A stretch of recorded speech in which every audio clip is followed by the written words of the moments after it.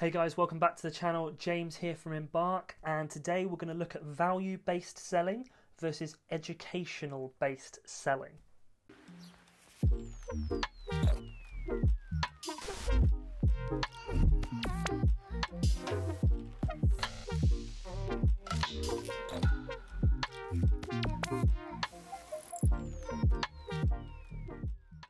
So let's start with value-based selling.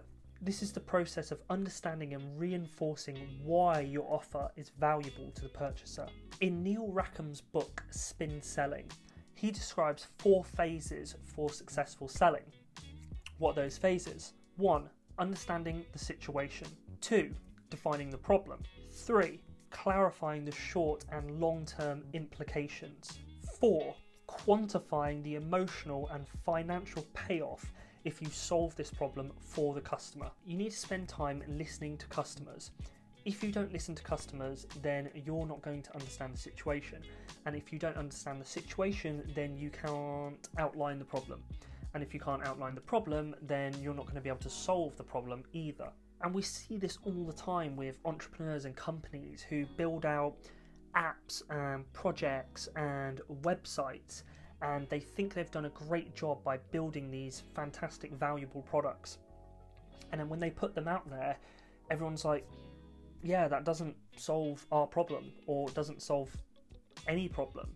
So they think it is valuable, and potentially it's a very good app or a very good project, but it doesn't actually solve a problem, and therefore it's kind of useless. So good value-based selling means that you listen to the customers and then you understand the situation as they've described it. And then this also helps you with number 3, which was the short and long-term implications of that problem. So knowing the short-term issues is great, and that's going to show a good level of understanding, and prospective buyers are going to see that you understand the situation because you know what the short-term implications of the problem is. However, if you take it one step further and you know the long-term implications, or you could sort of predict the long-term implications of that problem, it's going to show a very, very deep understanding of the problem, and that is going to build a lot of trust with the customers or potential customers, because you've shown and proven that you've really understood the situation and the problem, and they're going to recognize that, which is going to build value for your offer. And all this knowledge and understanding is going to help with number 4, which was quantifying the emotional and financial payoff if you solve this problem for the customer. You also want to become part of the community. Listening and providing value will build the prospect's confidence in you, and it will help gain their trust.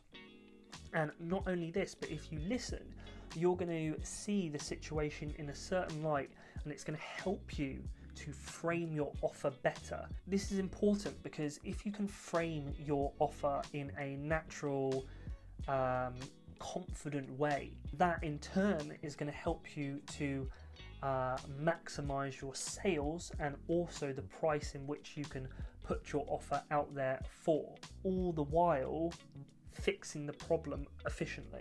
And as Warren Buffett once said, price is what you pay, value is what you get.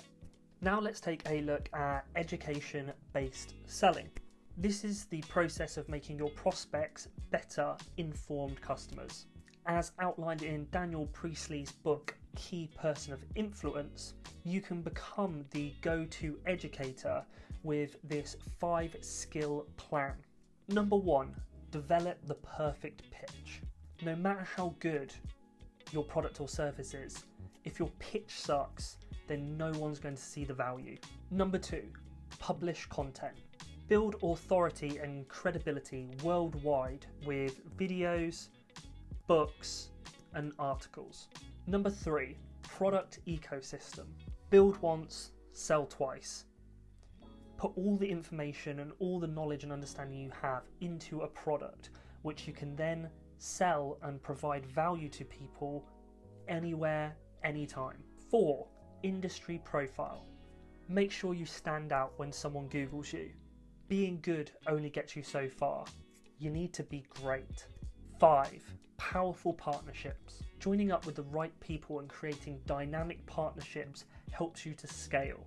It is so important to build up a high level of trust. You can do this through content production and distribution. It needs to explain in detail what the prospect might want to know with regards to the industry that your product or service is in.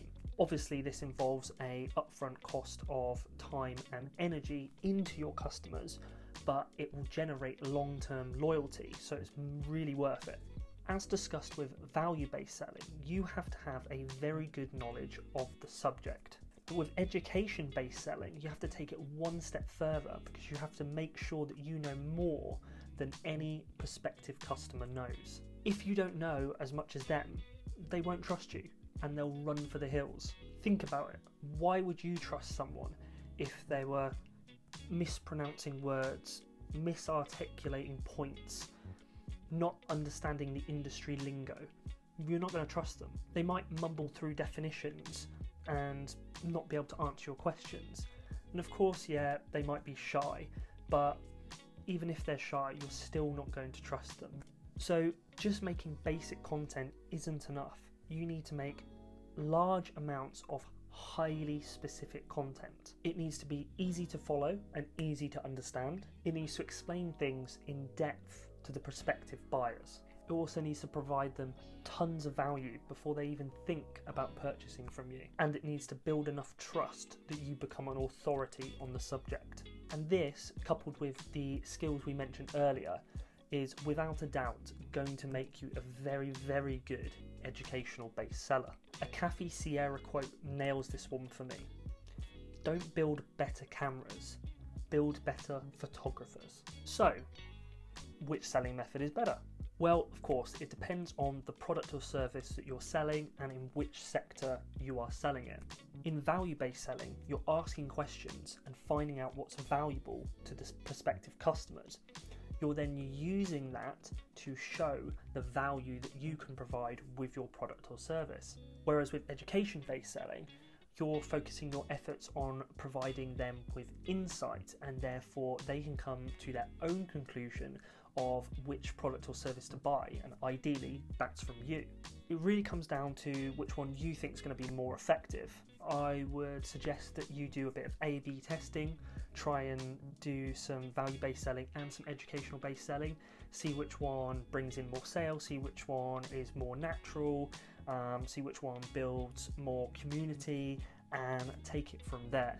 So that's it, guys. That's the end of the video. If you did like it, please make sure to drop a like below and subscribe to the channel if you haven't already. We have new videos coming out every single week. I've been James from Embark. Hope to see you on the next one. Ciao.